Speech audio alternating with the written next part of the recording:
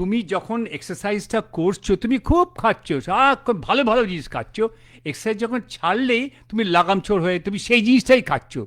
তুমি অনেক খেতে পারো, আমি তো 1 কেজি ভাত খাই, কিন্তু আমি সকালে 2 ঘন্টা এক্সারসাইজ, রাত্রিবেলা 1 ঘন্টা দৌড়, ভাত আমার গায়ে সুগার লাগতেই পারবে না। তো আমি যেটা খাটবো, আমি যদি সঠিকভাবে ঝরিয়ে ফেলি কিছুই হবে না। তুমি জিম করবে, তুমি খাবে, জিম ছাড়লেও তুমি খাবে, দু নৌকে পা দিয়ে চলা যায়। খাওয়া মানে কি খাওয়া কি না খাওয়া, মাইন্ডেড। এখন 2 রকম ফেজ আছে, কেউ মোটা থেকে রোগা হতে চান, অনেকেই মোটা থেকেই রোগা হতে চান। তো বেশি। বেশিরভাগ ক্ষেত্রেই জিমে যাও, আমি ঝরাবো এটা বেশিরভাগ ক্ষেত্রেই। তো সেক্ষেত্রে আমি বলবো আপনি খাওয়াটাকে খেতে হবে না এটা কখনো ভাববেন না। কেন খাবেন না?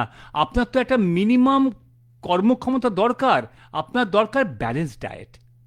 যেমনি ধরুন, তেলটা একটু কমিয়ে দিলেন, তেলের রান্নাটা কমিয়ে দিলেন, চিনিটা কমালেন, চিনিটা খেলেন না, আপনি ফ্রুটস খেলেন, ফ্রুট জুস খেলেন, গ্রিন ভেজিটেবল খেলেন, স্যালাড খেলেন, চিকেন খেলেন, একদম লাগামছোড় মাছ খেলেন, হয়ে গেল।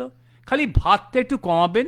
দেখুন, মাটন রেড মিট ইয়াং বয়সে কেন খাবে না, কেন খাবে না?